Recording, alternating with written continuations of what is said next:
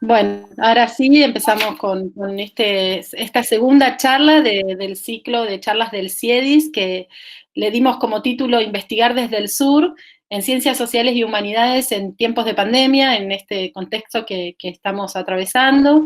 Les quiero dar la bienvenida a todos y a todas, a todos los participantes que ya están, que ya se han sumado a esta reunión.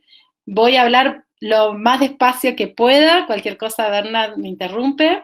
Y para hacer esta presentación, no muy larga, hablarles de la metodología del encuentro, de la charla, y presentar a los dos oradores de lujo que tenemos hoy bueno, no robarle tiempo a ellos, ¿sí?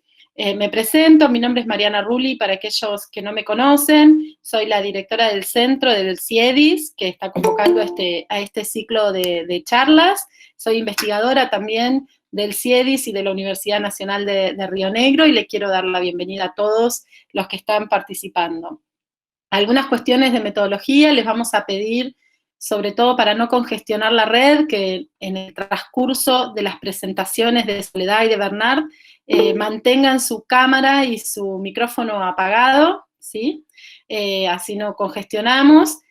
Y lo que vamos a hacer como metodología es darle lugar a ellos para que empiecen con su presentación. Primero va a hablar Soledad, y ahora la voy a presentar, y después Bernard, y después vamos a dejar un espacio para consultas, debate, preguntas, comentarios, que en primer lugar les vamos a pedir que los pongan en el chat, sobre todo porque es más fácil para Bernard leer el español, y si podemos, abrimos el micrófono para participar y escucharlos, que nos gustaría muchísimo. Antes que nada, les quiero contar, para los que no saben, que este ciclo de charlas lo estamos haciendo todos los viernes a las 6 de la tarde. Vamos a estar hasta octubre compartiendo temas y propuestas que queremos traer a la comunidad y digamos, no solo local, ¿no? De aquí de Río Negro, sino que esta es una oportunidad que sí nos da la pandemia y la virtualidad, la posibilidad de encontrarnos de esta manera, sobre distintos temas que nosotros investigamos en el CIEDIS, ¿sí?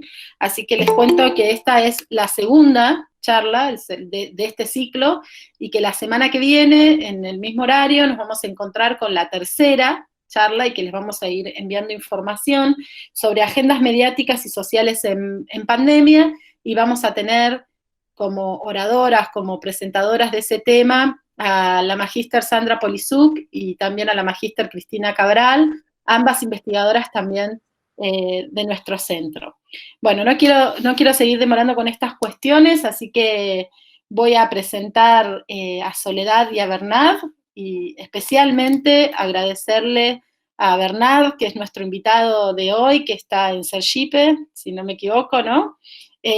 Así que es una conferencia internacional porque estamos compartiendo con Bernard, que está en Brasil. Primero va a presentar la doctora Soledad Bercelino, investigadora y docente de la Universidad Nacional de Río Negro y también docente de la Universidad Nacional del Comahue. Soledad es doctora en Ciencias de la Educación y también es magíster en Sociedades e Instituciones y es licenciada en Psicopedagogía. Es directora de la Escuela de Ciencias Sociales y Humanidades de aquí, de la sede atlántica de la Universidad Nacional de Río Negro. Es directora de proyectos de investigación sobre ingresos e ingresantes a la universidad y sobre todo de estudios vinculados a la relación de los estudiantes, de los alumnos con el saber y la escuela, y es autora de muchísimos capítulos de libros, revistas, etcétera. Así que también le agradecemos a Soledad, que ahora en breve va a empezar con su presentación, y quiero aprovechar y presentarlo a Bernard, así después, cuando Soledad termina con su presentación, puede empezar Bernard y yo no los interrumpo. Bernard es graduado y profesor en filosofía en Francia, bueno, muchísimas cosas, yo voy a resumir aquí, doctor de Letras y Ciencias Humanas de la Universidad de París, es profesor titular emérito también de la Universidad de París 8, desde 2006 es profesor de la Universidad Federal de Sergipe en Brasil, ha sido autor de más de 15 libros, publicación de más de 62 capítulos en libros, y decenas de relatorías, perdón, estoy traduciendo, y decenas de estudios y artículos científicos que han sido traducidos en 18 países, ¿sí? Su principal tema de investigación en los últimos años ha sido la relación de los alumnos con el saber y la escuela. Ha sido profesor y ha dirigido maestrandos, doctorandos, y postdoctorandos en Francia, en Brasil, en Argentina. Ha sido profesor en la Universidad de Túnez, en la Escuela Normal de Le Mans de Francia, en la Universidad de París 8, en la Universidad de Mato Grosso, en la Universidad Federal de Sergipe y mucho más. Pero con esto quiero dar cuenta del lujo y el honor que tenemos hoy de poder compartir con la doctora Soledad Bercellino y con Bernard Charlot el tema de esta charla del ciclo, que es sobre la escuela, esta escuela que está en cuarentena, y qué pasa con los viejos problemas y cómo se relacionan con los nuevos problemas de este contexto que nos toca vivir. Así que no quiero usar más tiempo y le doy la palabra a la doctora Soledad Bercellino. Bueno, ¿se escucha? ¿Me están escuchando? Perfecto, perfecto, sí. Bueno, primero, gracias Mariana y Alciedis por este ciclo de charlas. Bienvenidas y bienvenidos a todos. Gracias grandes a Bernard por su generosidad de siempre. Además de todo ese recorrido tan sólido y tan importante y tan significativo para las ciencias de la educación, en lo académico, Bernard es una persona sumamente generosa, y eso lo hace un maestro aún más grande. A mí me da un poco de miedo arrancar antes que él, pero bueno, se dice que el plato fuerte se deja para el final, entonces, bien, voy a arrancar con lo que traje para compartir y que me parece una excelente oportunidad que tenemos de encontrarnos en este contexto y dialogar e intercambiar ideas y pensar. La presentación la organizé en 5 partes. Primero quiero hablar del carácter de esta presentación, de la reflexión que voy a hacer. Después quiero hablar de los alcances de la cuarentena. Después quiero centralizar en de qué hablamos cuando hablamos de escuela, de escolarización, digamos, qué es lo que está en cuarentena. Y después sí centrarnos en los viejos y nuevos problemas que yo encuentro o que hoy pude pensar y para traer para compartir con ustedes, y unas reflexiones finales para seguir caminando. Sobre el carácter de la reflexión, este tiempo desde marzo hasta ahora he recurrido mucho a este texto de Freud que se llama Inhibición, síntoma y angustia, y un pedazo de ese texto, un recorte que dice: cuando el caminante canta en la oscuridad, desmiente su estado de angustia, mas no por ello ve más claro. Para mí ese texto que me ha servido para pensar lo que nos pasa en este tiempo y el carácter de nuestros pensamientos en estos tiempos tan raros, tan angustiantes. En ese texto Freud habla de la angustia, ¿no? Y cuando la angustia que es existencial y que a veces se nos presenta más aterradora, cuando irrumpe, ante ello, digamos, hay como 2 posibilidades del sujeto. Uno es quedar inmovilizado, que todas las funciones yoicas, inclusive la posibilidad de pensar, se detengan por la angustia, y la otra opción es poner esa angustia a trabajar y que sea la ocasión para generar reflexiones, para seguir pensando. Pero sabiendo que esos pensamientos son un poco como el canto del caminante, ¿no? Tienen mucho de imaginario, mucho de pensamiento provisorio, y pensándolo bien, no más provisorios que los pensamientos que teníamos antes. Bueno, así de provisorio y de necesario, porque digamos, como no podemos dejar de pensar para no angustiarnos, este es lo que yo les traigo hoy para conversar. Y lo hago, bueno, no desde la nada, sino, bueno, de recorridos personales, básicamente estoy muy tomada por mi tesis doctoral, que la terminé este año, entonces muchas de estas reflexiones están tomadas por las lecturas de esa tesis doctoral y de otras lecturas más contemporáneas, bien contemporáneas, del 2020, del último mes, y son producciones del último mes, que ya de investigadores del campo de la educación que están empezando a pensar qué pasa con la escuela, con la educación en tiempos de pandemia. Puse la bibliografía porque si después pasamos pueden ir y consultarla y leerla, es alguna de los textos que he trabajado. Bueno, lo primero que quiero hablar es del alcance de la cuarentena. Y voy a hacer, a ver si me sale, ir a este mapa en su versión interactiva. Este es un mapa de UNICEF, de UNESCO, perdón. ¿Lo ven en la página, ahí? Sí, Sole, se ve muy bien, ¿eh? Se ve muy bien. Este mapa muestra el avance de la cuarentena, es decir, del cierre de las escuelas a nivel global desde el 16 de febrero del 2020. El 16 de febrero del 2020 estaban las escuelas chinas cerradas y las escuelas a ver qué país es este, bueno, no dice acá, de Mongolia, sí está bien, de Mongolia estaban algunas cerradas y otras abiertas. Y así es como empezó a avanzar las decisiones de los países de o cerrar plenamente las escuelas o cerrarlas, digamos, por partes.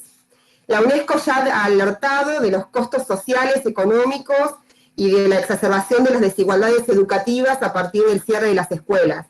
Digamos, hace un punteo de las consecuencias de este cierre son, en verdad, bastante, digamos, alarmantes, desde la interrupción de los aprendizajes, por supuesto, a la mala nutrición en ciertos sectores que todavía en la escuela encuentran, digamos, su principal comida, la confusión y el estrés de los maestros, porque no están seguros de las nuevas obligaciones, de cómo mantener conectados a los estudiantes, de cómo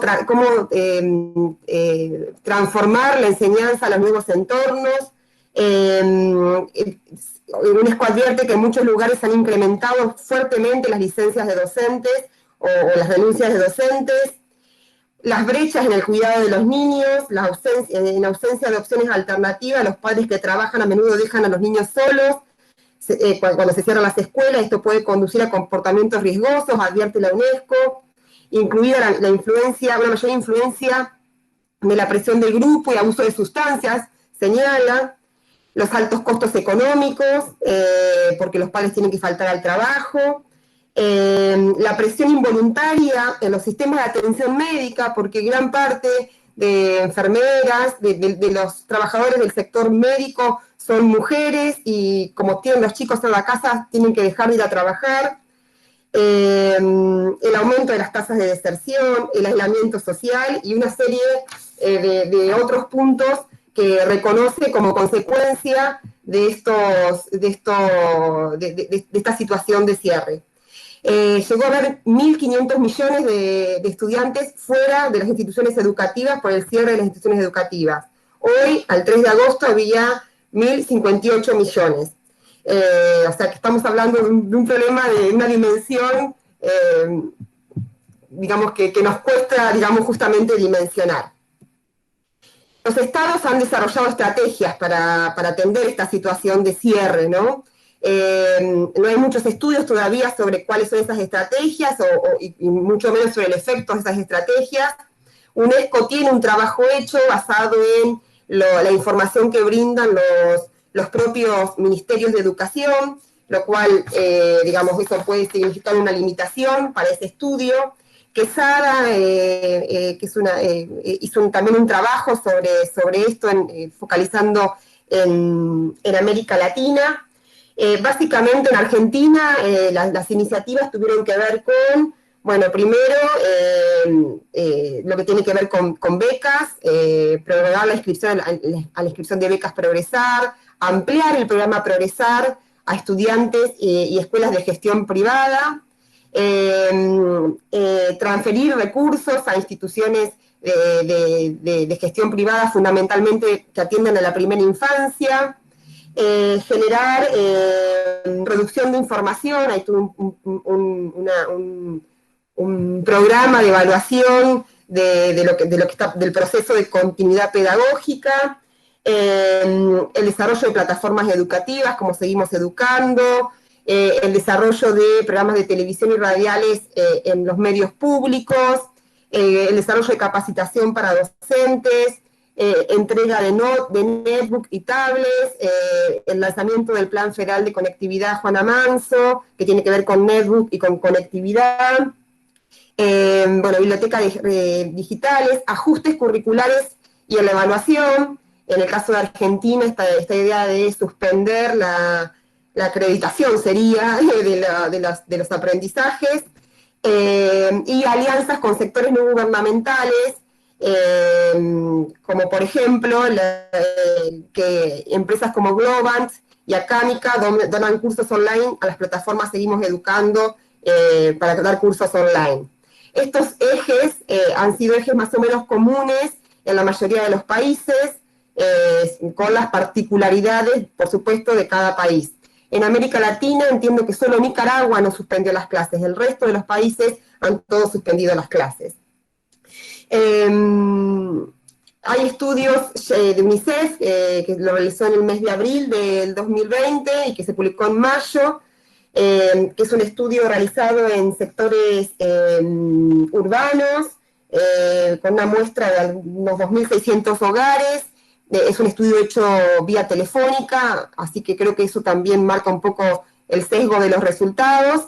Entiendo que es teléfono de línea, eso no estaba en el informe. Indica que el 81% de los hogares con niños, niñas y adolescentes tiene actividades y tareas escolares durante la cuarentena, recibió tareas o actividades. Cuando se desarma, digamos, hay diferencias regionales. En el caso de la Patagonia, este número desciende al 77% de los niños, niñas y adolescentes, y también aparecen diferencias muy fuertes cuando vamos a cada nivel. Por supuesto, el nivel inicial es donde menor cantidad digamos, de impacto tiene, o sea, el envío de tareas o la recepción de tareas.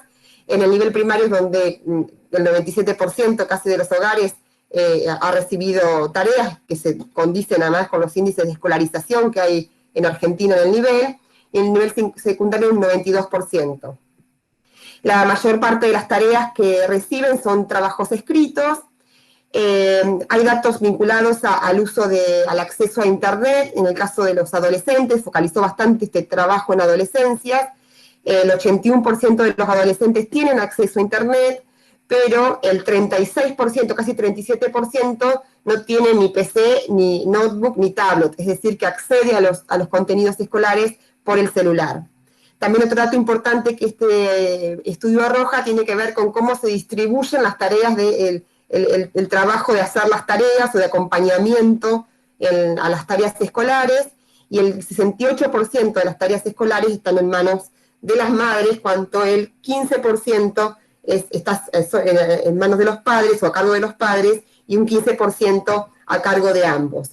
No sé si esta encuesta preguntó el rol de los hermanos, que Bernard ha encontrado en sus investigaciones la influencia positiva de los hermanos mayores. No sé si esta encuesta ha preguntado. Bueno, estas son como las derivaciones, ¿no? La envergadura de lo que estamos hablando. Pero cuando decimos escuela en cuarentena, a mí me parece que una primera pregunta que tenemos que hacernos y poner sobre la mesa es ¿de qué hablamos cuando hablamos de escuela, de escolarización? Y acá voy a ir a algunos de los temas trabajados en mi tesis. Digamos, cuando hablamos de escuela, hablamos de la forma en que Occidente ha resuelto el problema de educar a las nuevas generaciones. Es este aparato que, bueno, que ha sido muy estudiado en Argentina durante la década del 90 y demás, con obras como, no sé, Pinot, Dussel y demás, pero también en otros países, con Ana Varela, con Querrien. Es este aparato que ha diseñado Occidente para asegurar la transmisión o de manera masificada y sistemática, ese acto humano tan complejo como es conectar los viejos con los nuevos, ingresar y afiliar a los recién llegados a ese mundo, a este mundo cada vez más complejo que está acá, esperándolos, y además no solo educar es eso, sino también de hacer esta operación tan compleja que es de inocular la idea y el deseo y las ganas de renovar este mundo, ¿sí? Y si es posible, de renovarlo en una dirección mejor.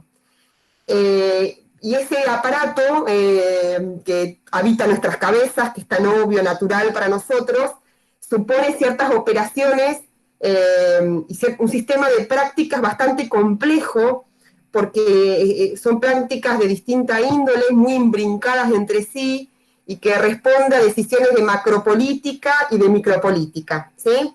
La escuela es en principio una operación política de los Estados-nación para la producción de ciudadanos, de trabajadores o del sujeto que la época le demanda a esos estados, que a veces dejan de ser Estado-nación y también mutan, ¿sí? Entonces está atada a esa operación de los estados. La escuela implica un ejercicio sistemático, y todo el siglo XX, toda la historiografía del siglo XX deja constancia de reclutamiento de la población escolar. Es decir, hay miles de estrategias de búsqueda y poder captar y llegar allí donde haya un niño, habrá una escuela, ¿sí? Había una frase de Sarmiento que decía ello, si hay niños, hay escuelas, ¿sí? Digamos, donde haya un niño tiene que haber una escuela cooptando y reclutando ese niño.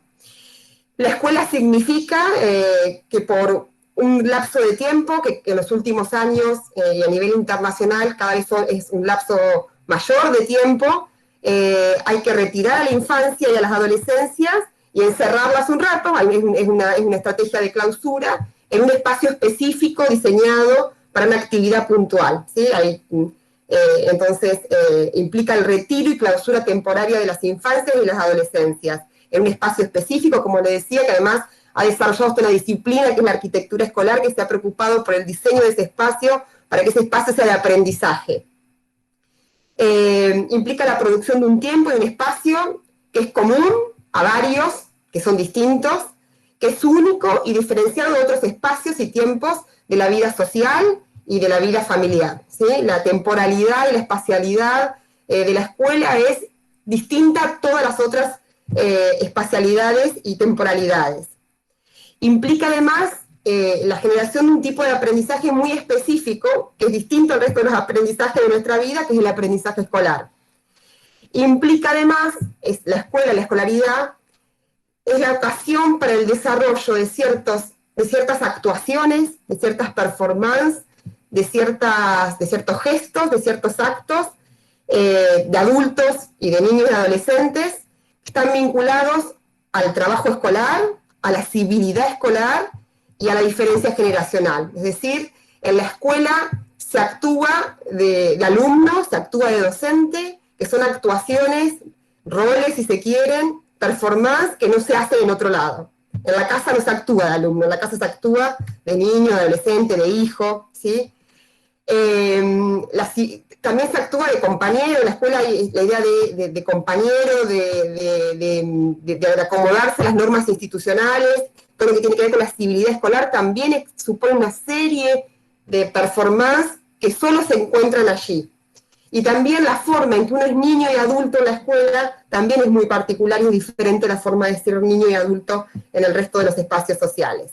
Y toda esta operación, que es anónima, que es sin autor, va a decir Chartier, en el sentido de que se da y no tiene que ver tanto con quienes están ahí, digamos, cada uno puesto en ese lugar está atrapado de alguna manera por esta operación, tiene profundos efectos subjetivantes y tiene profundos efectos sobre el aprendizaje, ¿sí?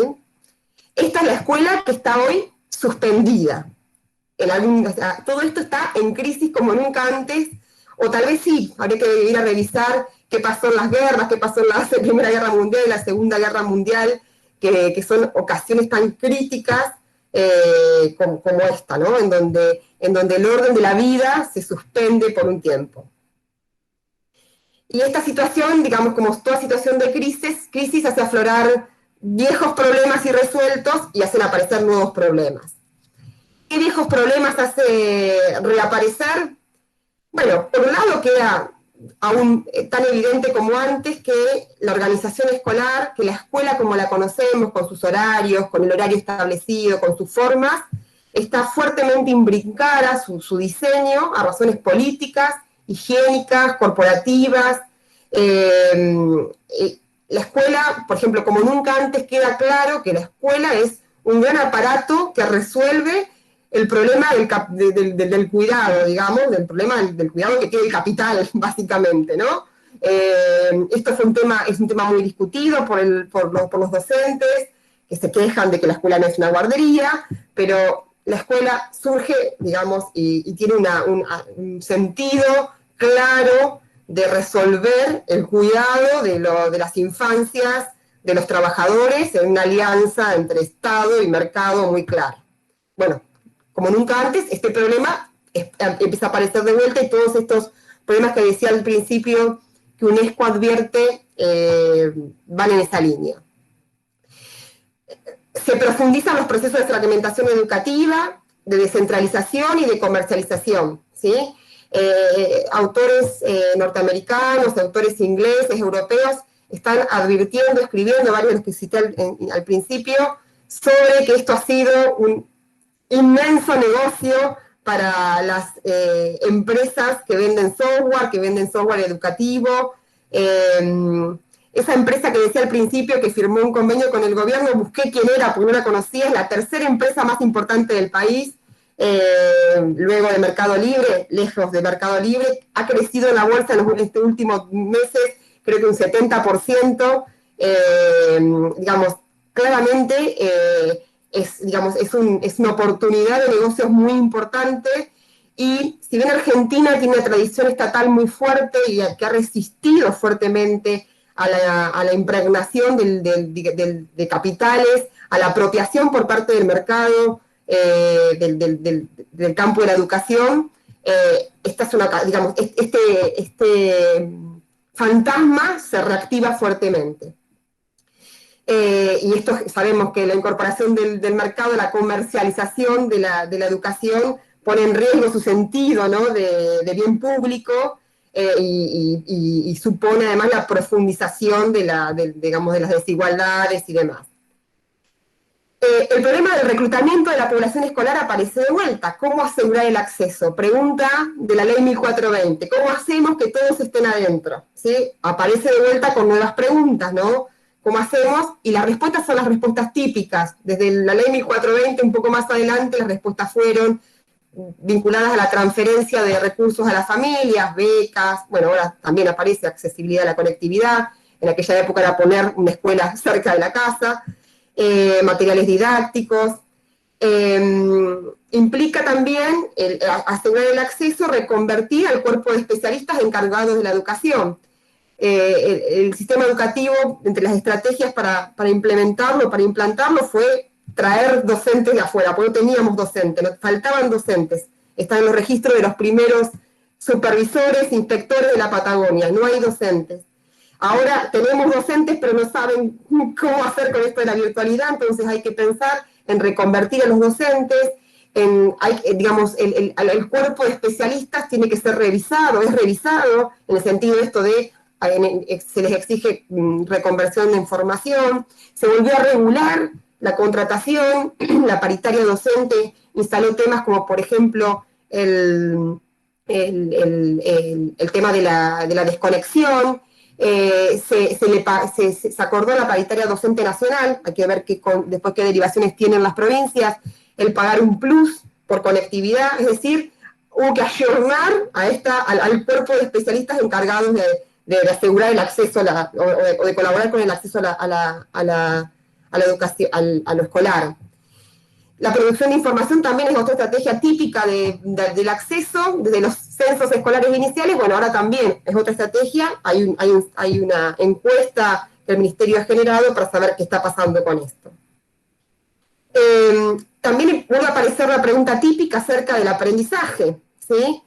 Acerca de qué contenidos, qué enseñar, qué seleccionar para enseñar. Esa es otra pregunta típica que insiste, ¿sí? Se habla de currículum minimalista, se habla, Maggio por ejemplo, se habla de un currículum vinculado a la pandemia, Tonucci por ejemplo, se vuelven a instalar los filos tecnólogos de la importancia de enseñar TICs, es decir, de vuelta está en discusión la pregunta ¿por qué enseñamos? Pregunta viejísima, ¿sí? Y insiste un problema que yo lo identifiqué en mi tesis, que es que el aprendizaje escolar se presenta fuertemente como un aprendizaje tematizado y consignado. En mi tesis encontré que el aprendizaje escolar toma la forma, la enseñanza del aprendizaje de la consigna. Enseñar y aprender es ofrecer consignas, resolver consignas de las cuales se sabe a priori cómo va a ser la resolución. Bueno, y esto aparece más descarnado que nunca en las escuelas públicas, muy fuerte, más al principio, también en las privadas, también hubo al principio esta idea de mandar tarea, ¿no? Aprender como resolver tareas, ¿sí? Esta homologación entre la experiencia de aprendizaje con la tarea. Bueno, esto nos sorprende porque es un tema que ya se arrastraba de la prepandemia, digamos, tenía que ver con cómo se estaba configurando el aprendizaje escolar. Nuevos problemas, porque estos son los viejos, los nuevos. Bueno, una operación típica de la escuela es el retiro y clausura temporaria de la infancia. Eso se ha suspendido. Hay una nueva domicilización, dice Dussel, de la escuela. Pasa al hogar, ¿sí? Ya no hay un espacio específico para el retiro de la infancia, del espacio familiar o del espacio de la calle, que también es otra razón por la cual están las escuelas, para sacar los chicos de la calle, aquellos que no están en su casa. Hay una suspensión también de la posibilidad de que los chicos se junten, se agrupen con otros que no conocen, que no han elegido, que no son familiares. Agamben, en un artículo tremendo, pesimista, como lo último, que es como todo lo último que escribe Agamben, habla del fin del estudiantado. Se termina el estudiantado. Ya no hay, la regulación de la proximidad entre las personas también. Hay una forma de regular la proximidad que es propia de la escuela, que regula la proximidad entre unos y otros, que regula la movilidad que podemos tener, digamos, en pocos lugares nos hacen quedar callados y en silencio por un rato, o nos ordenan los momentos en que salir al patio o ir al baño. Esas regulaciones están suspendidas. Y todas estas suspensiones de la diferencia, que implica ese otro espacio, ese otro tiempo, esos otros que están ahí, a mi modo de ver van a tener impacto en esta posibilidad del descentramiento egológico propio de la escuela, ¿no? La escuela es una oportunidad para descentrarnos de nosotros mismos, ¿sí? Para descentrarnos de eso que es lo mismo que la familia, y vernos en una serie con otros distintos. Para mí esto es un efecto importante, hay que pensar sus derivaciones.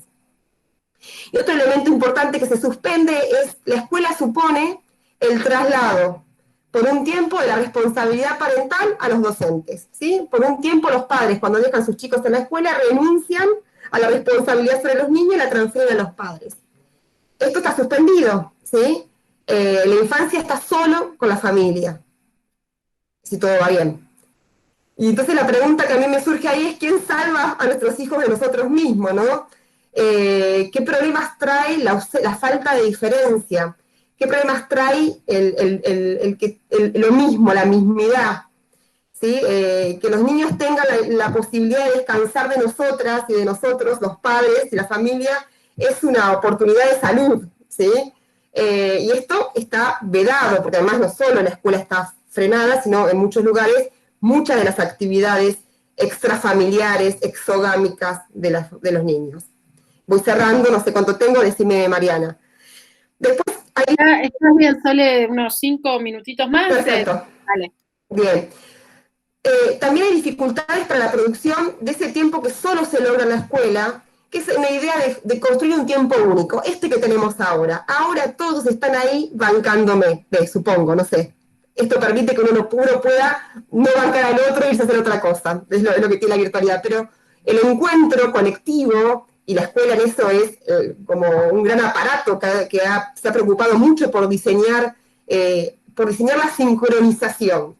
La escuela sincroniza cuándo tenemos que tener deseos de aprender, cuándo tenemos que tener deseos de jugar, cuándo tenemos que tener deseos de desayunar o de almorzar, cuándo tenemos que tener deseos hasta de ir al baño. Eso ahí se ha flexibilizado un poco y las escuelas permiten el deseo individual de ir al baño cuando cada uno lo desea. Pero, digamos, esta exigencia psíquica de acordar un tiempo común que no es el singular, se ha suspendido, ¿no?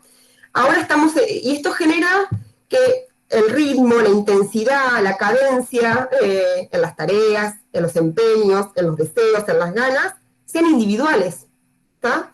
Es decir, los niños, a no ser que los padres hagamos un esfuerzo muy importante para restituir esa disciplina temporal, los niños se manejan o con la temporalidad familiar o con la temporalidad individual. Andamos atrás de ellos pidiéndole, ponete con las tareas, porque todo ese aparataje armado por la escuela está suspendido. Esta nueva temporalidad también hace que, digamos, la escuela tiene la temporalidad de la sincronicidad. Hay un supuesto de que más o menos en tal tiempo todos vamos a terminar de aprender más o menos lo mismo, la unidad, el trimestre, el año, y de ese año vamos a pasar al otro año. Todo ese armado ha quedado suspendido y estamos con necesidad de volver a pensar otro armado. Un poco estas discusiones en torno a qué hacemos con los que terminan la secundaria, qué hacemos con los que terminan la primaria, tiene que ver con esto, con poner en cuestión este armado estanco, arbitrario y contingente que ha sido el año, el ciclo, el nivel.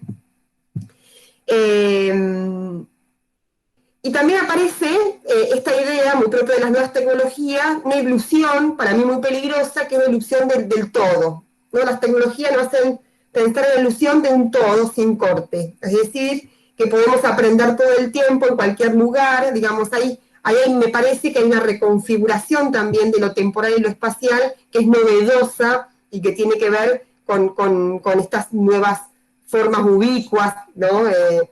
Que son las tecnologías. En ese punto la escuela, como ese gran aparato, resistía a, digamos, a estas innovaciones en la organización de la vida que la tecnología imponía y de subjetividad, ¿no? Y que varios filósofos contemporáneos vienen advirtiendo, ¿no? Una subjetividad individualizada, autoerotizada, a la que le cuesta vincularse al otro, a la que evade el encuentro con el otro, ¿sí? que evade la angustia o el malestar que genera siempre el encuentro con el otro. Bueno, la escuela resistía a eso, era un espacio de resistencia a eso, y ahora ese elemento está suspendido. Lo hago rápido esto.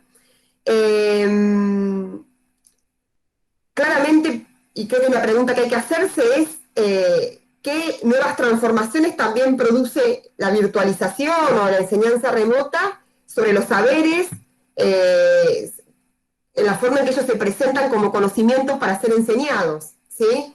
Hay algunos que están advirtiendo de que estamos en tiempo en donde la cuestión viene más, que hay una exacerbación de la oralización de la enseñanza por sobre la textualización. Yo me pregunto, digamos, ¿quién pauta la enseñanza ahora? Google, Moodle, o sea, Google por convenio, digo, ¿quién que en su materialidad o inmaterialidad, digamos, las plataformas educativas, cómo moldean las formas de seleccionar y de presentar y de volver conocimientos enseñables a los conocimientos? Para mí eso es un punto para pensarlo, para investigarlo, para analizarlo. También otro punto complejo es cómo, y vinculado a la temporalidad, es que hay que pensar nuevas formas de secuenciación de los conocimientos y nuevas formas para establecer los parámetros de velocidad supuesta, ¿sí? Para aprender, digamos.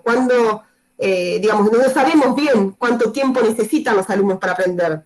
En realidad nunca lo supimos, pero la escuela tenía eso resuelto, imaginariamente, ¿no?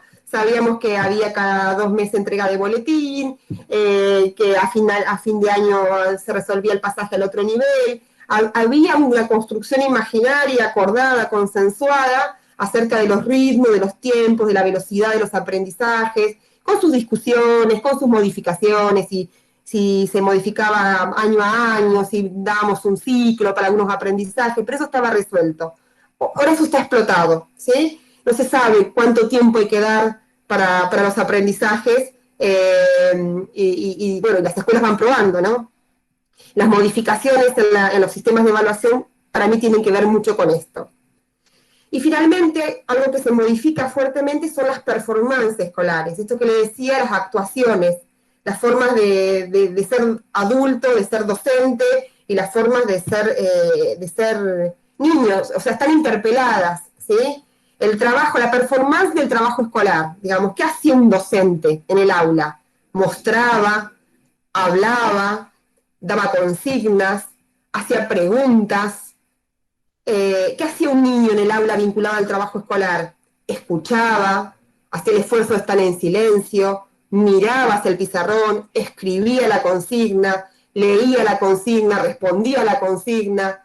No sé cuánto de ese trabajo escolar mutó ahora. O en relación a la civilidad escolar, al ser buen alumno, al comportarse de acuerdo a las normas escolares. Ahora sí, Sole, 2 minutitos, 3 minutitos. Bien, bien. Ahí también, digamos, ahora, digamos, la civilidad escolar, ¿cómo regulamos la civilidad en la virtualidad? ¿Qué decimos? Prendan las cámaras, así lo veo, no pongan en silencio. Bueno, ese es un elemento que hay que ver cuál es la nueva civilidad del espacio escolar. Y también las formas de ser adultos y niños, ¿no? Las transgresiones de los niños, digamos, las performances de cuidado de los adultos. La escuela es un espacio donde los adultos todo el tiempo están cuidando y los niños todo el tiempo están haciendo de niños, y ahora esto está mediado por las nuevas tecnologías. Y todo esto llega a la pregunta de cómo todas estas nuevas condiciones de escolarización impactan en las formas de aprender. Para cerrar, bueno, para seguir caminando, como el caminante de Freud, nada, poco nos queda por hacer, sostener la ilusión, esa idea utópica, animada por un deseo, de que, bueno, de que podemos habitar este mundo y construir un mundo mejor, y que la educación es una herramienta en ese sentido. Renovar y sostener en estos tiempos el compromiso generacional. Al principio de la pandemia circulaba un meme de la banda del Titanic tocando con el Titanic hundiéndose. Una compañera me lo pasó y yo creo que ese es un buen indicador de lo que los educadores tenemos que hacer, porque por eso se educa aún en las salas de hospital donde los niños están por morir, por eso se educa aún en los contextos de guerra, porque es lo que nos sigue transformando, sosteniendo como humanos, ¿no? Como humanos. Reconocer la fragilidad de nuestra comprensión. Todas estas reflexiones son reflexiones frágiles, inciertas, como siempre. Volver más prudente nuestro accionar, y seguir encontrándonos para conversar y seguir preguntándonos. Bueno, muchas gracias. Muchas gracias, Sole.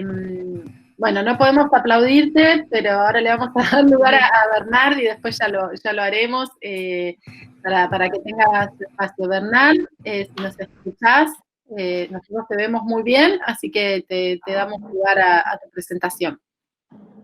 Gracias, Mariana. Voy como dire, voy a hablar portugués porque creo que mi portugués con acento francés es más fácil entender que un español aportuguesado é difícil. Portanto, vou falar em português despacio. Soledad já disse muitas coisas interessantes. Ela falou, apresentou muito bem o horizonte da questão pandemia e educação. Eu gostaria de falar, sem falar muito, porque quero deixar tempo para trocas de ideias com vocês. Mas gostaria de falar do ponto de vista do professor. Bom, como uma pergunta fundamental que me coloquei, quando vai terminar essa pandemia? Quando o professor vai voltar para a sua sala de aula, bom, o que ele quer lembrar sobre o que está acontecendo nesse momento. Vamos permanecer com o que do que está acontecendo nesse momento. foi essa reflexão que tentei de ter. Eu escutei, eu li nesses últimos meses coisas do Brasil, coisas da França, não da Argentina, mas estou supondo que não deve ser muito diferente na Argentina. Eu percebi dois tipos de discursos, dois polos. Então, um discurso do tipo optimista e tecnológico. Bom, então, um outro discurso do tipo conservador pedagógico, do tipo não está acontecendo nada de interessante, temos que voltar rapidamente à nossa normalidade. Gostaria de explicitar um pouco esses dois discursos e dizer o que eu penso, e a partir de lá destacar alguns pontos que me parecem importantes do ponto de vista do professor e da prática pedagógica. Então, um discurso técnico, optimista, do tipo estamos vivendo uma ruptura pedagógica, estamos vivendo um evento histórico, um novo paradigma. Enfim, chegou o momento do ensino do futuro, que será um ensino online. Eu tenho dúvidas quando escuto esse discurso, porque, em verdade, estou preocupado com a possibilidade de ter um tempo ainda pior depois dessa pandemia. Quando analiso o que está acontecendo nas sociedades que estão aos poucos saindo da pandemia, em particular a França, estou ouvindo discursos que não são discursos de mudanças, são discursos de recuperar o tempo perdido. Provavelmente, nós, professores, vamos sofrer pressões fortes para recuperar o tempo perdido. As autoridades vão pedir ao professor que ele faça um duplo trabalho. Um trabalho na sala de aula e também um trabalho online para quem não vai poder voltar para a sala de aula. Eles podem pedir também que os professores façam avaliações do que aprenderam os alunos, do que não aprenderam, e o que vai levar a mais hierarquização entre os alunos. Bom, o que eu quero dizer contra esse discurso do mundo maravilhoso online que nos espera na escola, bom, o que quero dizer é que vamos ter que enfrentar contradições fortes, contradições profundas. Bom, os dominantes não deixaram de ser dominantes por causa da crise, ainda vão ser dominantes. Bom, os burocratas vão continuar burocratas na administração. Bom, eles não vão desistir espontaneamente das lógicas de lucro, das lógicas de concorrência generalizada e das lógicas do mercado. E, portanto, o que vai acontecer depende muito do que vamos fazer dessa crise.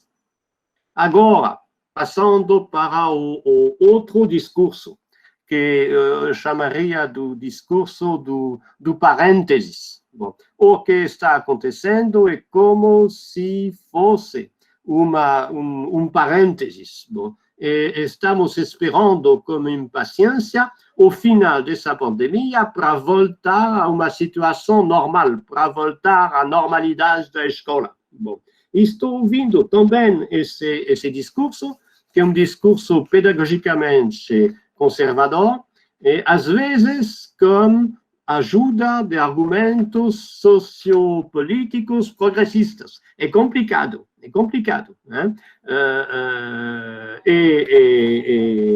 Pensando nesse discurso, eu acho que, na verdade, a pandemia está mostrando que a normalidade anterior não era tão normal assim. Bom, a pandemia está atropelando, interrogando pseudo-evidências que funcionavam. E sobre esse ponto, gostaria de apresentar 4 ideias, rapidamente. Primeiro, os professores conseguiram enfrentar as dificuldades.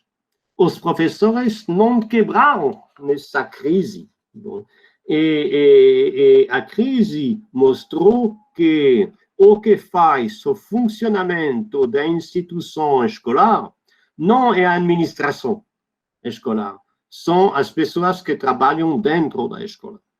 Da mesma forma que a crise, a pandemia, mostrou que o que permite que a sociedade funcione é o trabalho cotidiano de muita gente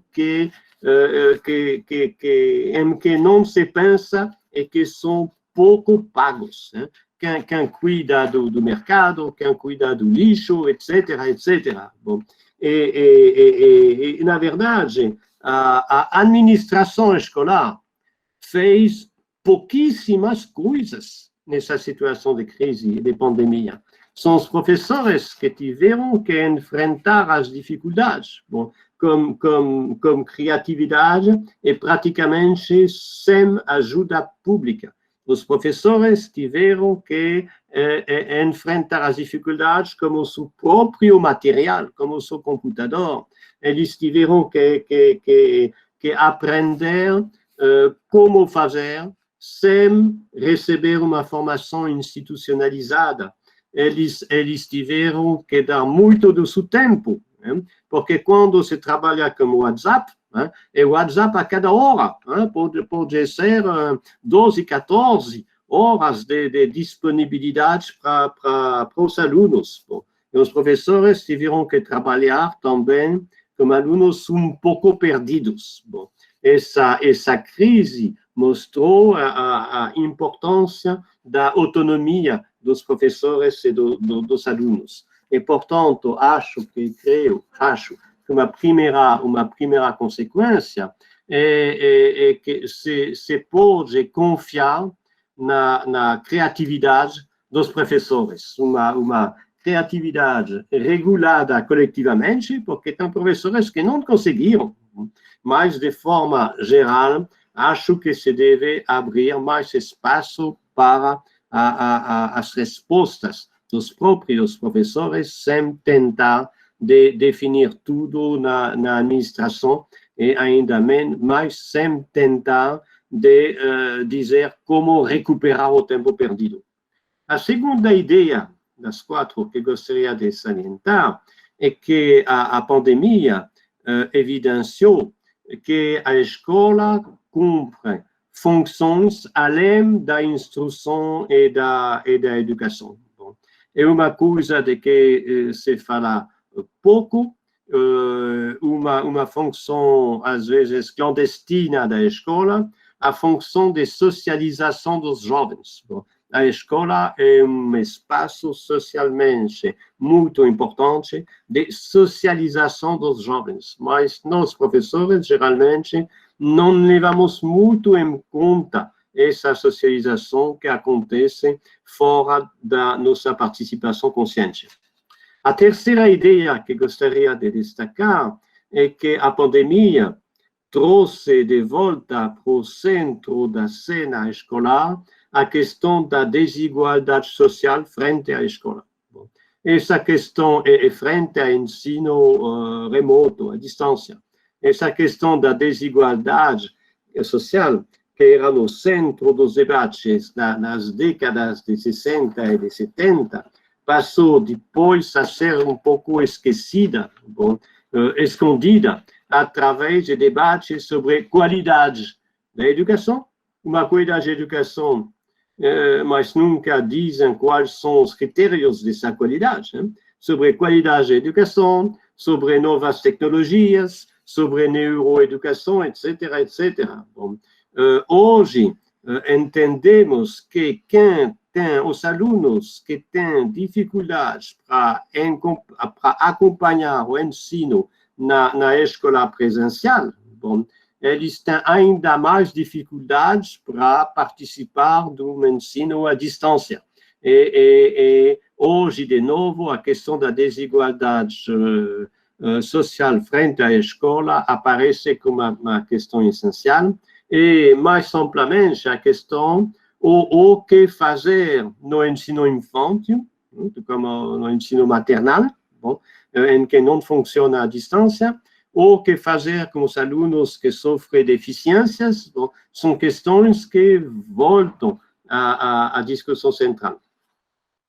Quarto ponto sobre o qual gostaria de chamar a atenção é que a pandemia colocou em evidência, mostrou a complexidade do ato de ensino-aprendizagem.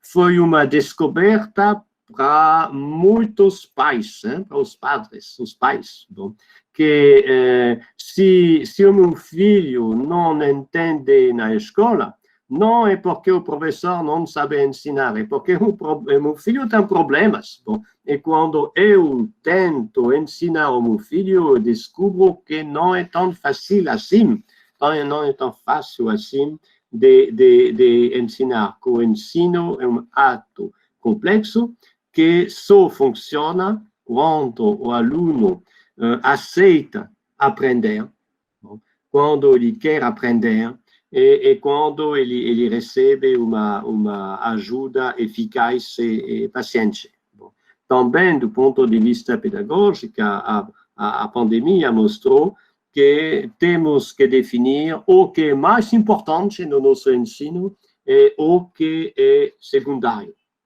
A partir dessas coisas que evidenciou, mostrou a crise da pandemia, eu gostaria de que no ensino não se esqueça três coisas. Primeira coisa, aprendemos a usar novas tecnologias. Bom, eu aprendi a fazer seminário com a plataforma Zoom, porque não tinha como fazer de outra forma. Bom, acho que isso é uma coisa positiva nessa crise e que vamos mais tarde, não devemos esquecer do que aprendemos tecnicamente, de outras formas de ensinar e de organizar o ato de ensino-aprendizagem. Vamos ter que refletir como integrar essas novas tecnologias no nosso ensino, inclusive no ensino presencial. Sem discurso épico sobre mudar o mundo e mudar a escola pelas novas tecnologias, mas integrar o que aprendemos. Segunda coisa que me parece importante, ligada às pesquisas que eu faço sobre as relações com o saber e com a escola. Bom, ensinar sempre é mais do que a transmissão de um conteúdo. Bom, e até mais do que a transmissão de um método. Bom, se ensina numa forma de relação com os outros, de relação com o mundo, de relação com a vida, de relação com o saber, de relação consigo mesmo, que é mais ampla. E para ensinar, temos que levar em consideração essa relação com o mundo, essa relação com o saber em que vive o aluno. Não podemos nos fechar numa abordagem puramente técnica. E desse ponto de vista, essa crise me confirma o que eu considero a equação pedagógica fundamental, que eu digo assim: aprender igual atividade intelectual, mais sentido, mais prazer. Bom, é só assim que funciona, que se trate de ensino à distância ou que se trate de ensino presencial, aprender supõe atividade intelectual mais sentido, mais prazer. Não vou falar mais sobre isso, podemos falar no outro debate. E uma última ideia, que está ligada às minhas pesquisas atuais. Eu publiquei no mês de fevereiro, na França, um livro que se chama Éducation ou Barbarie. Éducation, em francês, Éducation ou Barbarie, e que acabou de ser traduzido, acabei de verificar a tradução em português, vai sair daqui a 2 meses no Brasil, em português. Por que educação barbárie? Como ligo isso à crise? A crise nos lembrou que somos uma espécie biológica. Bom, a crise, eu dizia no livro, já há alguns meses atrás, podemos desaparecer por causa de um vírus mortal. Bom, isso está acontecendo. Somos uma espécie biológica. Sapiens foi uma aventura. Somos o resultado de uma aventura que aconteceu uma vez, que nunca vai acontecer de novo, que pode continuar ou que pode parar. Bom, estamos vivendo um momento de ameaça sobre o planeta, de ameaça sobre outros seres vivos, de ameaça sobre a nossa própria espécie e de volta de formas de barbárie, inclusive de formas novas de barbárie, através das fake news, do ódio nas redes sociais, etc. Acho que temos que pensar isso também na escola.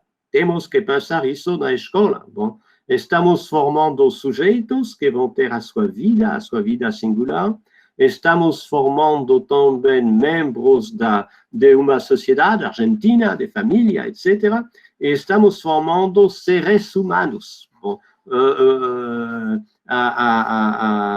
queremos continuar essa aventura que é a aventura humana. Queremos continuar da mesma forma a aventura humana, ou temos que mudar profundamente coisas. Vamos continuar uma escola que funciona nas lógicas dominantes, que são lógicas da avaliação, sempre avaliação, hierarquização.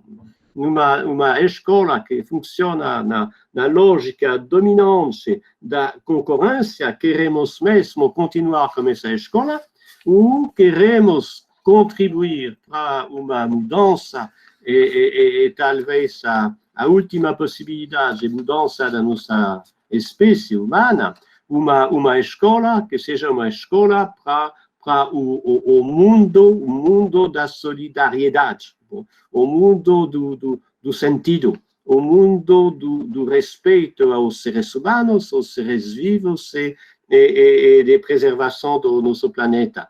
Porque, eu vou terminar assim, porque essa pandemia nos ofereceu também, em particular no Brasil e nos Estados Unidos, um discurso da barbárie, o discurso desconsiderando que se pode sacrificar uma parte das pessoas, em particular os mais velhos, para não perder dinheiro ou para não perder as eleições. Bom, essa pandemia nos confrontou também diretamente à barbárie contemporânea. Portanto, para mim, não esquecer o que vamos conservar dessa crise quando vamos voltar à escola presencial, coisas que aprendemos tecnicamente, que são interessantes, que podem enriquecer nossa forma de ensinar. Também, confirmação que ensinar sempre é mais que transmitir conteúdos, e também transmitir conteúdos, mas ensinar inscrever a sua vida numa rede de relações mais amplas, como o mundo, como os outros e consigo mesmo, e também chegou a hora, acho, de recolocar no centro da reflexão pedagógica à questão do ser humano, do que um ser humano, de qual tipo de ser humano queremos formar. Obrigado, gracias pela atención. Muchas gracias, Bernard.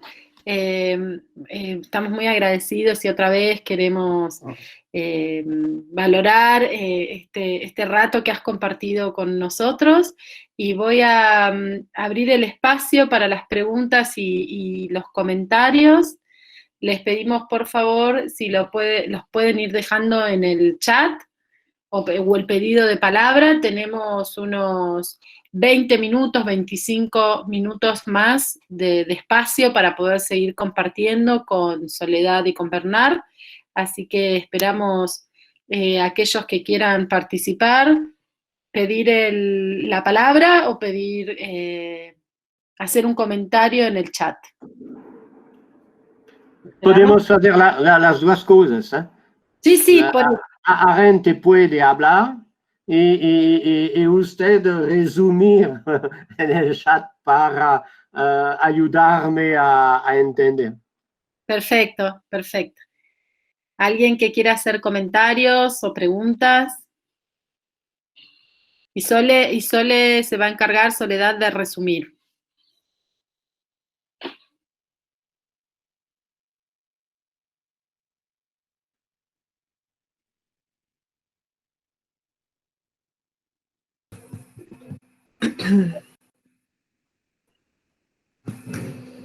Yo me preguntaba,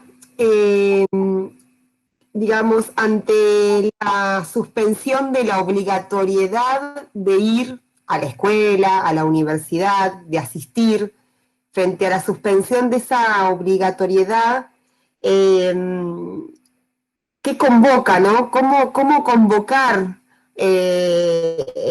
cómo movilizar a los estudiantes a aprender, a conectarse con lo que tenemos para ofrecerles, ¿no?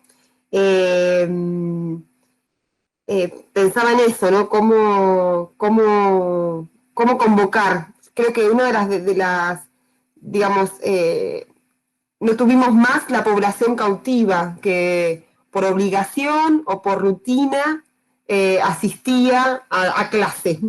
Entonces, creo que es un lindo desafío pensar cómo convocarlos. Tal vez la clave va por eso que Bernard decía, del sentido, del placer, ¿no? Que aprender tiene que ver con eso, con una actividad intelectual, con que tenga sentido y que genere placer, ¿no? No sé, pensaba en eso, no sé, Bernard, ¿qué pensás? ¿Te hago corta? Acá. Sí, a final de contas, ¿por qué voltar à escola? A final de contas, ¿por qué voltar à escola?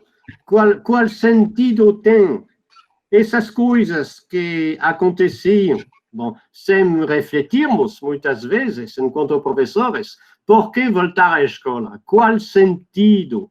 Qual desejo?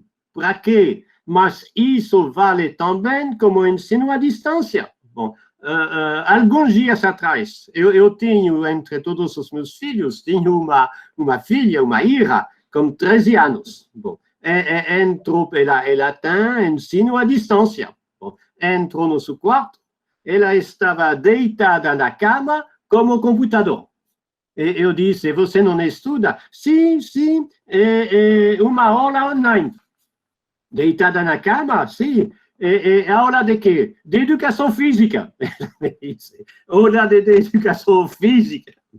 E, portanto, a técnica não resolve esse problema.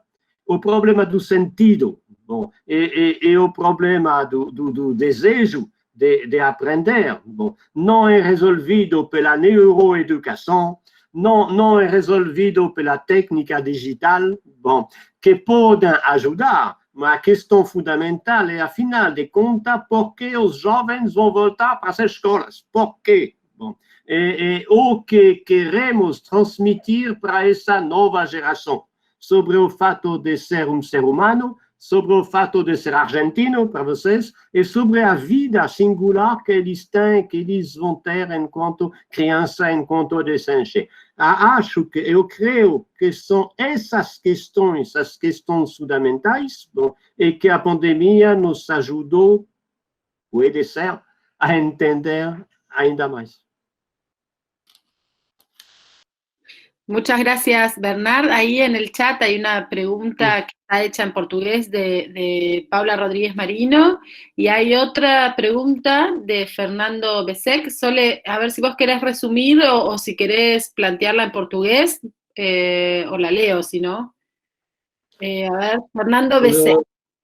Diga. Dice, un comentario sobre este mundo maravilloso online. Que se surge en medio de todo una repetición cíclica de que el sistema ya está hecho. Las clases son mandar contenido, evaluar, sin la certeza de que se aprenda. Un tema que está en auge, la pregunta, ¿se aprende? ¿Qué se vuelve a omitir, entiendo, en estos inicios de esta nueva forma de educar? Y la pregunta también anterior de Paula Rodríguez Marino. Eu iria responder, porque não são perguntas, são afirmações, que eu concordo.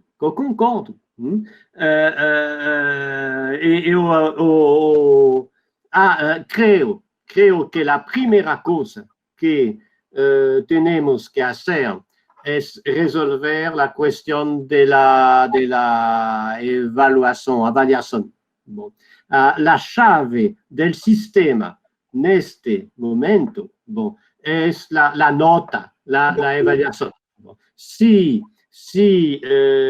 queremos mudar, trocar o sistema escolar, temos que sair de uma lógica de hierarquização, de concorrência permanente, para entrar em outro mundo. Bom, se permanecer o sistema da nota e da avaliação, não vai mudar nada verdadeiramente. Bom,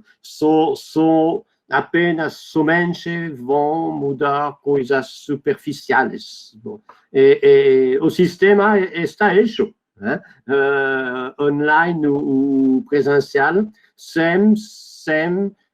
se não, vou voltar para português, se não sairmos de uma lógica da concorrência generalizada, do desempenho, para entrar numa lógica da solidariedade e da humanidade, o sistema não vai mudar. O sistema não vai mudar, não vai ter uma nova forma de educar. Bom, e também, como disse uma questão aqui, bom, é importante de distinguir o importante do secundário. Bom, e desse ponto de vista, vou acrescentar uma ideia.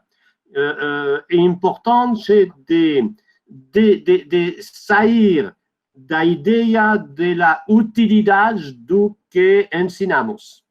Ensinamos algumas coisas úteis, e temos que ensinar algumas coisas úteis, mas a maioria das coisas que... Estou falando duas línguas ao mesmo tempo, mas a maioria...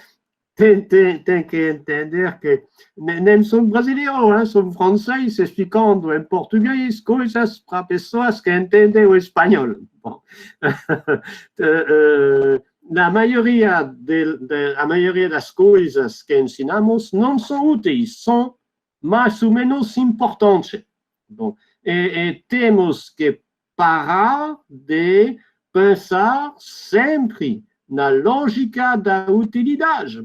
Agora, quando os alunos me perguntam sobre para que serve a matemática, para que serve a história, eu respondo, não serve para nada.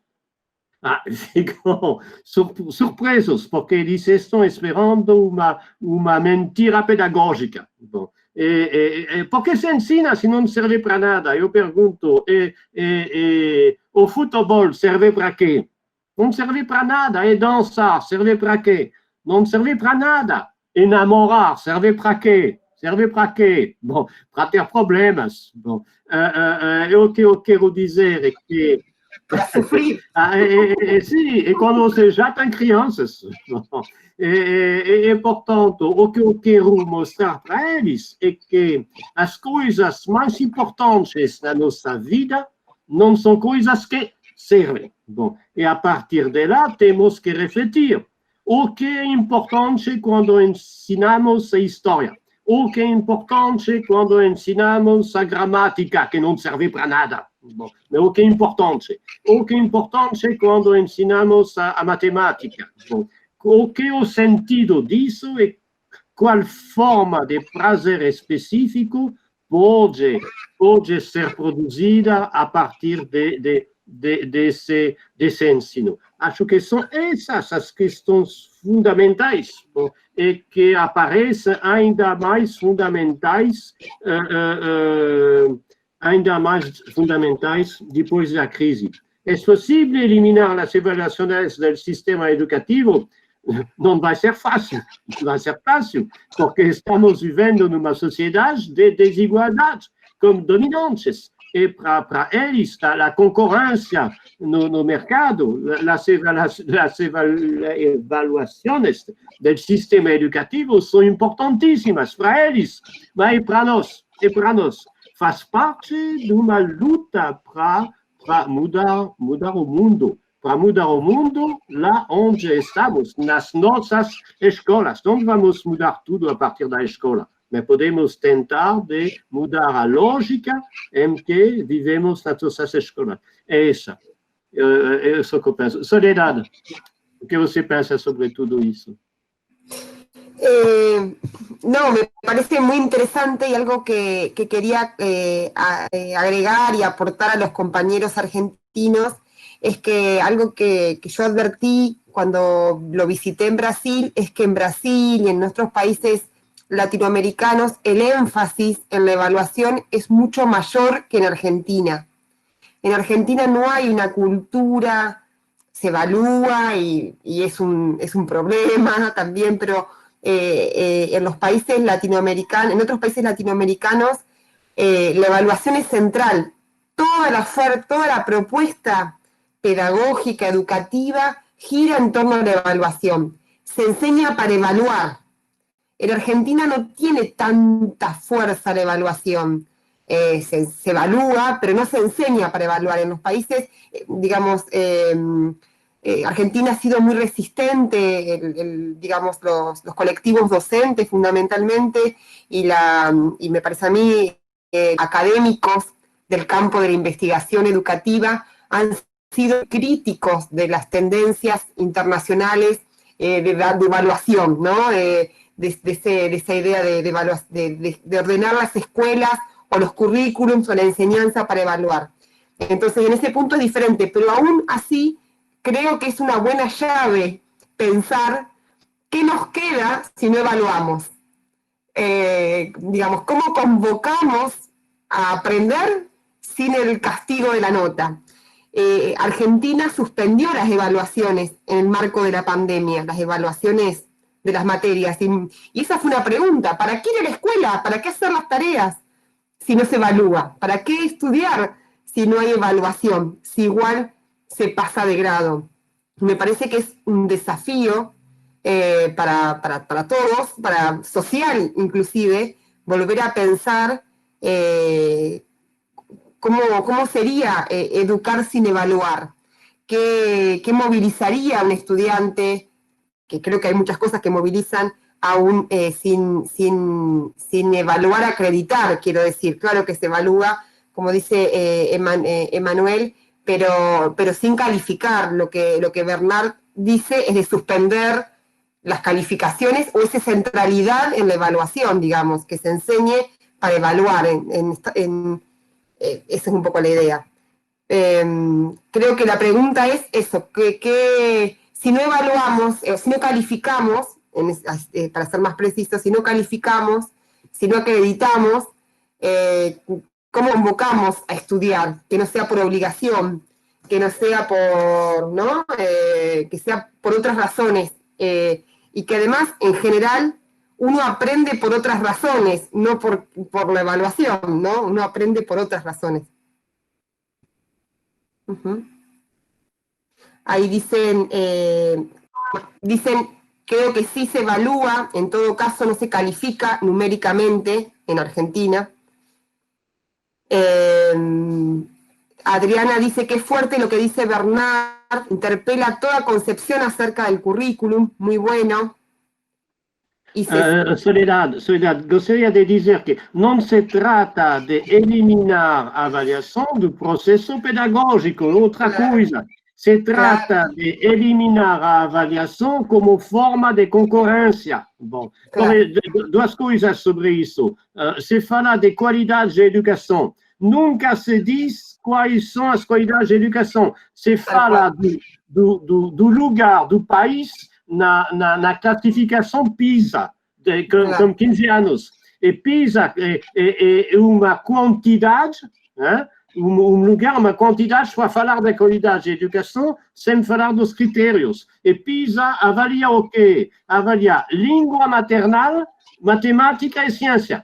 Não tem outra coisa. História, geografia, luta contra o racismo, contra o sexismo, tudo isso não faz parte de uma boa educação? Não. Eles nos impõem uma forma de avaliação predefinida e que não é avaliação pedagógica para saber o que foi aprendido ou o que não foi aprendido. E não se trata apenas de um discurso teórico. Vou dizer como resolvi o meu problema enquanto professor universitário.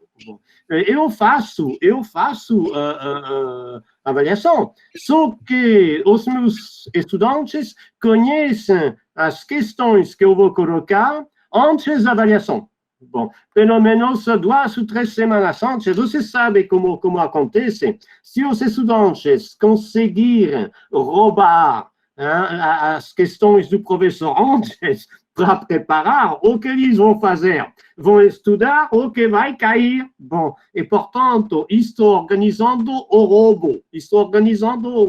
Bom, em sociologia, por exemplo, o que eu quero? Eu quero que os estudantes estudem. Bom, se eles sabem que essas 10 questões vão cair na prova, bom, eles vão estudar. O que é extraordinário é que nem todos estudam. Bom, a maioria vai estudar. Bom, e portanto, o meu problema de avaliação é o quê? É encontrar 10 questões que correspondem ao que eu quero que todos os alunos saibam. Eles podem preparar juntos, etc. Bom, portanto, tem uma avaliação do que eles sabem, do que eles não sabem. Não vou desistir disso, me parece importante do ponto de vista pedagógico, mas é uma avaliação, uma lógica para aprender melhor e não uma lógica para hierarquizar. Porque, geralmente, depois de dar uma nota ao aluno, o que se faz da nota? Não se faz nada.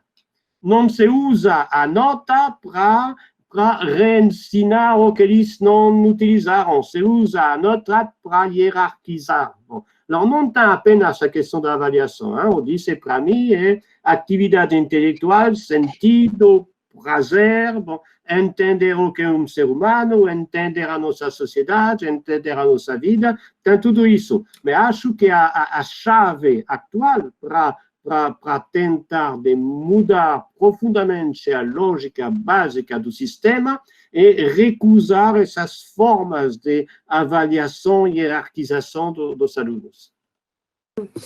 Pensaba en 2 cosas. En Argentina, la Universidad Nacional de Córdoba, una facultad, contrató un software para controlar que los alumnos no se copien, no hagan trampa en las evaluaciones virtuales. O sea, toda una facultad pensando cómo evitar que los estudiantes puedan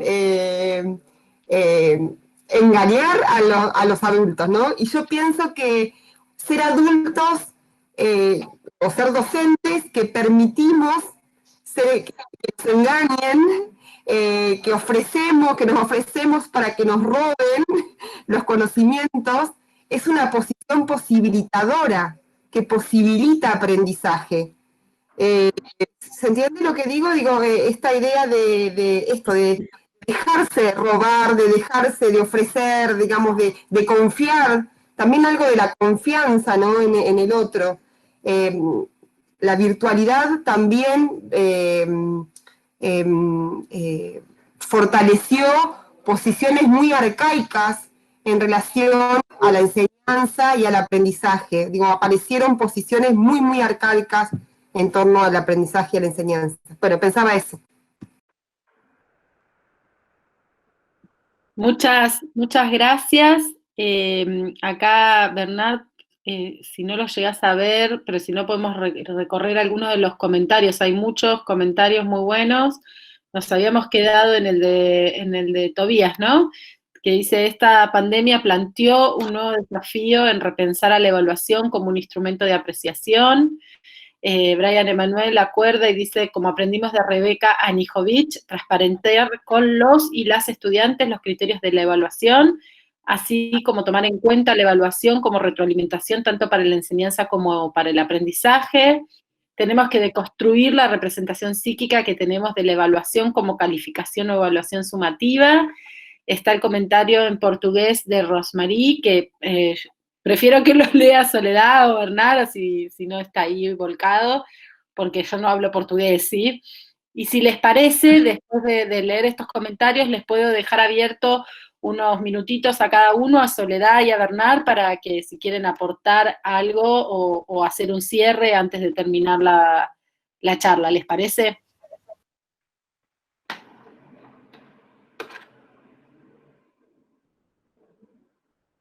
Soledad. Ole, no tenés el micrófono. Perdón. Ahí leo lo de Rosemary, que ella dice que agradece mucho la reflexión, que actualmente está reflexionando sobre cómo abordar la cuestión de la formación humana, nuestra relación con el mundo, con nosotros y con nosotros mismos, está siempre ligada a un posicionamiento sobre las tensiones, por ejemplo, entre las lógicas de conocimiento como modos de pensamiento, qué es lo universal, qué es lo singular, cuando se trata de formación. Un abrazo grande, un abrazo Rosemary, que ella es profesora de la Universidad de Alagoas y que es del grupo de la Repérez, que coordina el profesor. Un honor escucharlo y las reflexiones, muchas gracias. Emiliana Barrio, bueno, gracias Paula, agradecen. Tobías, soy Karina, se ve que Tobías es Karina, porque está usando la computadora de otro. Sí, ahí lo vi. Sandra dice, me parece que nuestra comunidad se planteó la dicotomía entre las propuestas que priorizan, por un lado, lo vincular, la solidaridad y la contención de los estudiantes, y por el otro lado, lo que plantean dar contenidos, y eso se cruzaba con la enseñanza privada y pública. Una falsa dicotomía que requiere que pensemos qué se enseña en las escuelas. Educar con sentido, como dijeron los expositores, implica recuperar el debate por lo público. Claro.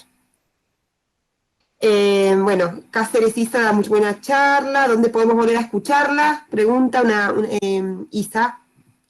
Después, muy interesante. Marisol pregunta, ¿consideran que esta situación de emergencia y pandemia hizo que la sociedad valore más la tarea docente? Usted Bernard, ¿qué piensa? Si usted... a usted le pregunto, ¿qué piensa sobre si esta situación hizo que se valore? Creo que sim.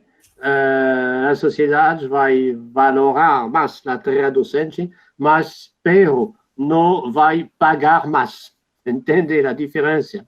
Bom, a sociedade valoriza o trabalho do professor. Bom, só que ela muitas vezes não entendia bem o trabalho do professor. Não entendia bem. Bom, porque os pais, o que eles querem resultado. O problema que temos hoje em dia, é que os alunos vão à escola para passar para o próximo ano. Bom, os pais querem que os filhos passem para o próximo ano. Bom, não temos mais uma reflexão fundamental sobre o que queremos ensinar.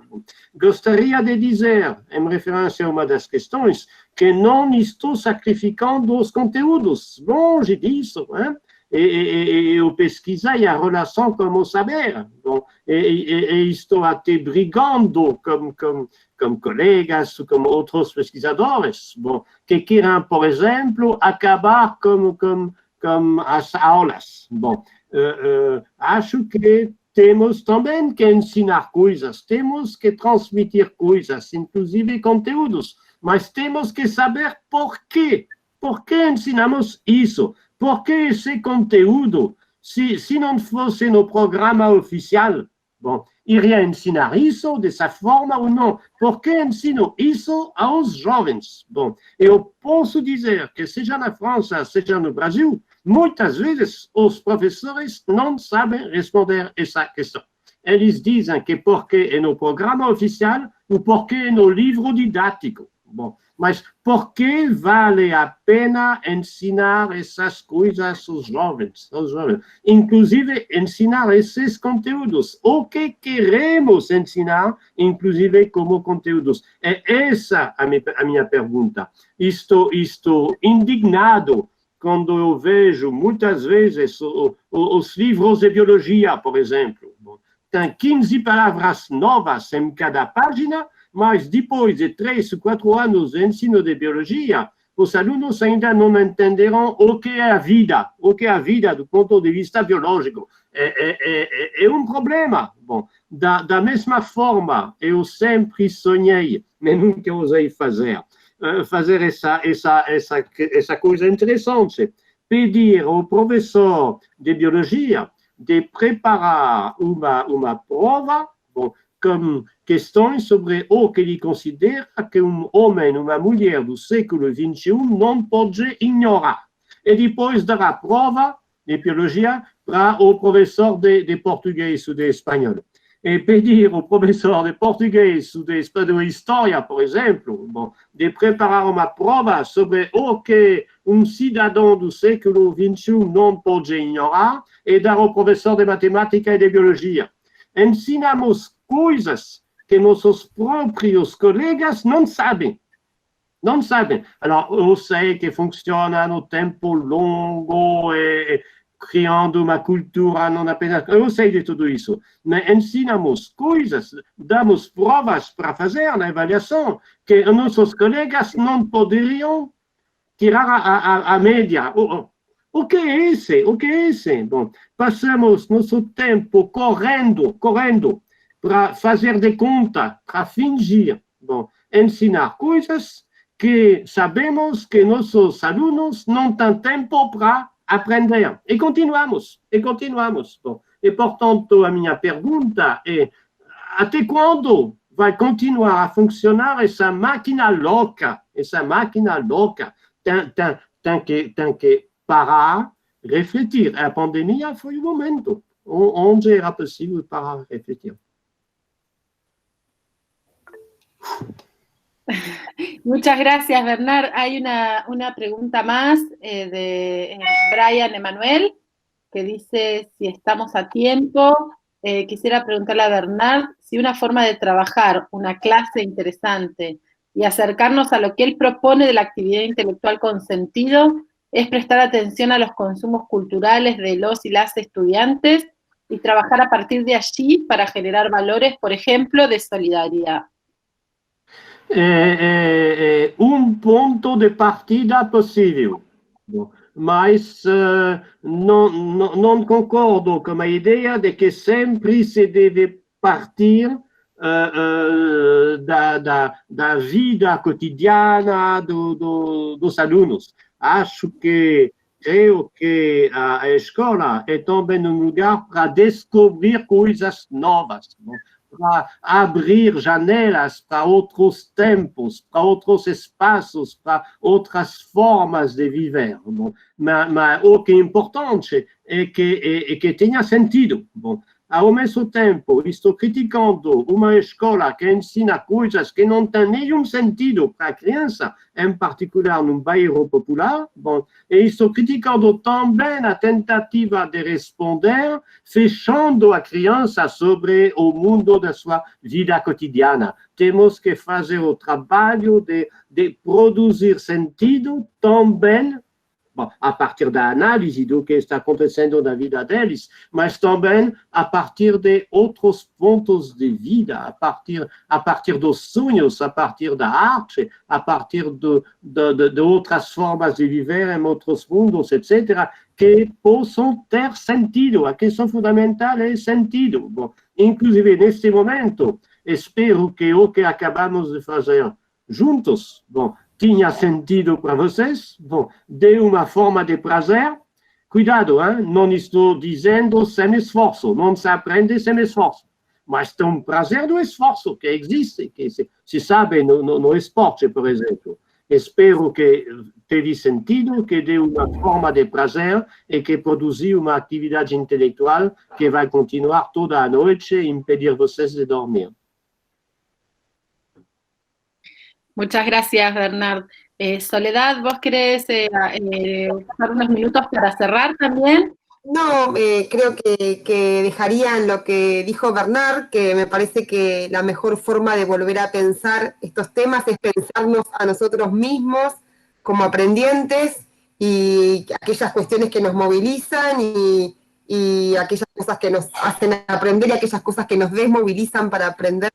Así que solo agradecerle mucho, mucho a Bernard su generosidad y a todos los que y todas las que han participado de esta, y con sus preguntas y comentarios que estuvieron buenísimos todos para escucharlos, para volver a leerlos.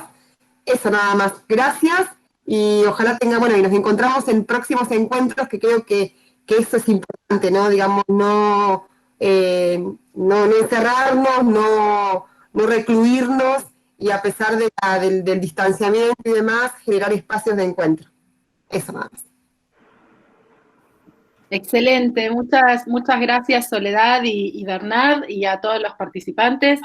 Fue un lujo la charla de hoy, y repetir lo que decía recién Soledad, los esperamos y las esperamos el viernes que viene a las 6 de la tarde con la nueva propuesta que tenemos, que se las repito, es sobre agendas mediáticas y sociales en la pandemia, que van a estar 2 investigadoras de nuestro centro, que es la magíster Cristina Cabral y también la magíster Sandra Polisuk. Así que les esperamos a todos y bueno, le agradecemos nuevamente a Soledad y a nuestro invitado Bernard por su tiempo y por compartir todas estas ideas, y bueno, muchas gracias. Lo último que les digo es que las charlas, como les comentamos, están siendo grabadas, estamos viendo en qué espacio de la universidad se van a colgar, pero nos los pueden pedir al correo de CIEDIS y nosotros les enviamos el link para poder acceder a aquellos y aquellas que quieran acceder en los próximos días a las charlas. Así que bueno, muchas gracias y los despedimos. Chau, chau a todos. Bernard, gracias. Adiós. Gracias, Bernard. Chau, chau. Chao, adiós.